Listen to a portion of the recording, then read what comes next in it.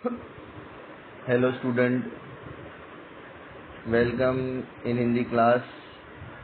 परसों मतलब day after tomorrow आपका हिंदी का पेपर है। उसमें कुछ जो स्टूडेंट्स हैं उनका 40 मार्क्स का पेपर होगा, कुछ जो है वो 80 मार्क्स का पेपर होगा।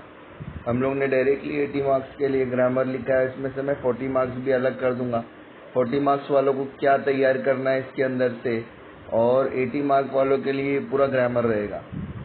अभी इसके अंदर जो 40 मार्क्स के लिए ग्रामर आता है वो आता है 8 मार्क्स का ग्रामर, और 80 मार्क्स के लिए जो आता है वो 14 मार्क्स का ग्रामर आता है। अब उसमें सबसे पहला जो क्वेश्चन होता है वो होता है शब्द भेद। ये है 80 मार्क्स के लिए शब्द भेद। लेकिन जो 40 मार्क्स वाले हैं, सबसे पहले हम लोग उन लोग की बात करते हैं। उनके लिए जो ग्रामर आता है वो पहला जो क्वेश्चन होता है वो होता है मानक वर्तनी। मानक वर्तनी अनुसार,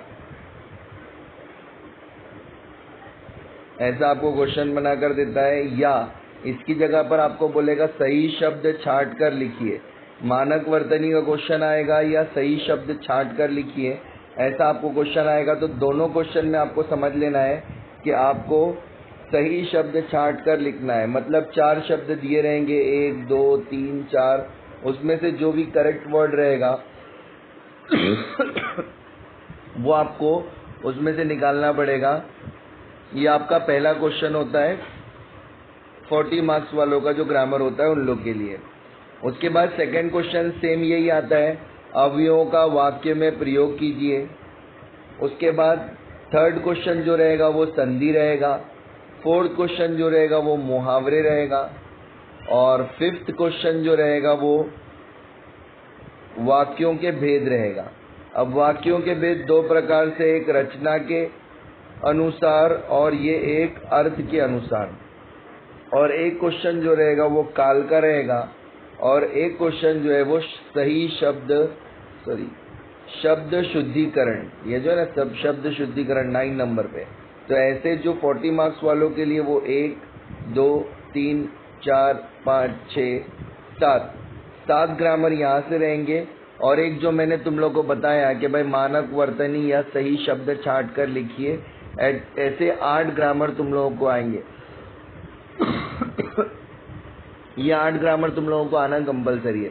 तो इसमें से हम लोग पहला तो हम लोग ने देख लिए, सही शब्द छांट कर लिखिए किस तरीके से तुमको करना है। 4 शब्द दिए रहेंगे, उसमें से एक शब्द जो है वो सही रहेगा, बाकी 3 गलत रहेंगे। उसमें से जो सही शब्द है उसको तुमको अलग करके या छांट कर लिखना पड़ेगा। नेक्स्ट जो है वो हम लोग चलते हैं, नेक्स्ट ग्रामर जो है वो तुम्हारा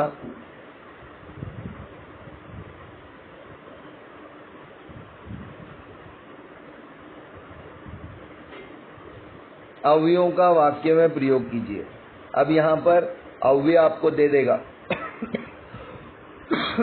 अव्यय जो है वो 4 प्रकार के अव्यय हैं। हमको प्रकार के अंदर उसके जाने की जरूरत नहीं है, क्योंकि आपको अव्यय दे देगा। अव्यय कौन कौन से हैं? के साथ, धीरे धीरे, वाह वाह, और ये सब क्या है? ये चारों अव्यय हैं।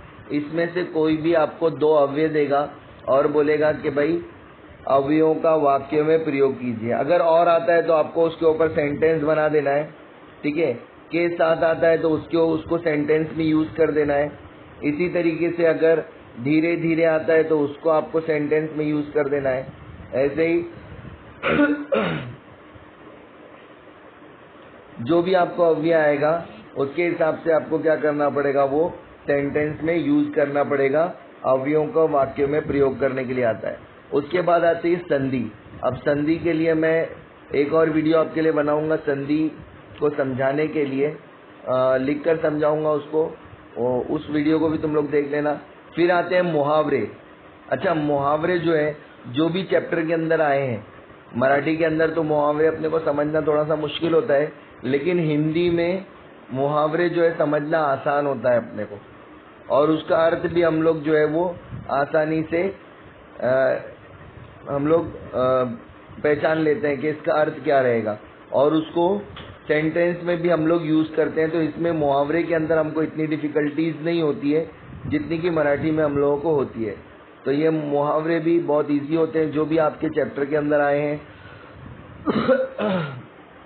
जैसे आग बबूला हो जाना, ठीक है, तो उसके लिए बहुत ज़्यादा गुस्सा हो जाना या अति क्रोधित हो जाना, इस तरीके से हम लोग उसका अर्थ लिख सकते हैं। तो ये मुहावरे भी आसान होते हैं। उसके बाद जो कॉमन ग्रामर है, 40 और 80 का कॉमन ग्रामर, वो हम लोग देखते चल रहे हैं। तो उसमें कॉमन ग्रामर के अंदर ये वाला एक आता है तुम्हारा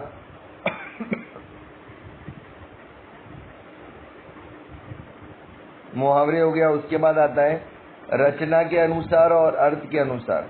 ये दोनों भी वाक्यों के प्रकार में, ये इसका भी एक वीडियो बना दूंगा अलग से, और काल का भी मैंने एक वीडियो तैयार किया हूँ, वो भी मैं जल्दी से आपको भेज दूंगा। तो ये 3-4 वीडियो साथ में देखें आप लोग। उसके बाद अर्थ के अनुसार, रचना के अनुसार थोड़ा सा मैं बता देता। तो रचना के अनुसार 3 है, और अर्थ के अनुसार बहुत सारे हैं, लेकिन आपको 7 से 8 पढ़ना होते हैं उसके अंदर, वो भी मैं आपको भेज दूंगा। ज़्यादातर करके जो है 5 के बारे में ही पूछता है, 5-6 के बारे में, उसके भी वीडियो बना के मैं भेज दूंगा। उसके बाद है काल। काल में वर्तमान काल, भूतकाल और भविष्य काल। वर्तमान के 3, भूत के 3 और भविष्य के 3, ठीक है। और शब्द शुद्धिकरण, मतलब अशुद्ध शब्द रहेंगे वाक्य के अंदर, उनको आपको शुद्ध करके लिखना पड़ेगा। काना, मात्रा, विलेंटी, और कभी कभी तो शब्द ही बदल कर देता है, उसके स्वर और व्यंजन बदल देता है। कभी जैसे शांति है, तो शांति का न शान के ऊपर आता है, श के ऊपर आता है, शाह के ऊपर आता है, तो उसको न को आपको पूरा पूरा ट के साथ लिख कर दे देगा। आधा न बनाकर दे देगा। आपको उसको पहचानना रहेगा शब्द शुद्धिकरण के अंदर। तो इस तरीके से कॉमन ग्रामर जो है वो 40 और 80 मार्क्स वालों का ये हो गया। उसके बाद 80 मार्क्स वालों को जो एक्स्ट्रा ग्रामर आता है वो आता है प्रेरणार्थक क्रिया, सहायक क्रिया, कारक, विराम चिन्ह, ये जो है उनके लिए एक्स्ट्रा ग्रामर आता है। तो ये हो गया हमारा कि हमारे ग्रामर के कितने टॉपिक है, हमको क्या क्या पढ़ना है। और उसके बाद जो पैसेज के बीच में कभी कभार ये ग्रामर पूछ लेता है पैसेज के नीचे, इसमें पर्यायवाची शब्द जिसको हम लोग समानार्थी शब्द भी बोलते हैं, विलोम शब्द जिसको हम लोग विरुद्धार्थी शब्द भी बोलते हैं, और उपसर्ग और प्रत्यय, प्रीफिक्स एंड सफिक्स जो रहते हैं वो भी हमारे होते हैं। तो ये जो है, ये जो ग्रामर है ये आपको पैसेजेस के बीच में पूछेगा, और ये जितना ग्रामर है ये तुम्हारे ग्रामर सेक्शन के अंदर पूछेगा। अच्छा, इसके अंदर से कोई भी क्वेश्चन जो है वो चेंज नहीं होगा। इतना ही ग्रामर तुमको क्या करना है, ग्रामर सेक्शन के लिए पढ़ना है, तो ताकि आप लोगों को पढ़ने में आसानी हो। इसलिए मैंने ये वीडियो बनाया ताकि आपको ये पता होना चाहिए कि हमको ग्रामर कितना पढ़ना है। तो चलिए इस वीडियो से हम लोग विदा लेते हैं। आप लोग स्टडी करिए। मैं थोड़ी देर में आपको काल का जो है एक पूरा वीडियो बनाकर डालूंगा, काल किस तरीके से हम लोग बहुत आसानी से पहचान सकते हैं। स्टडी करते रहिए।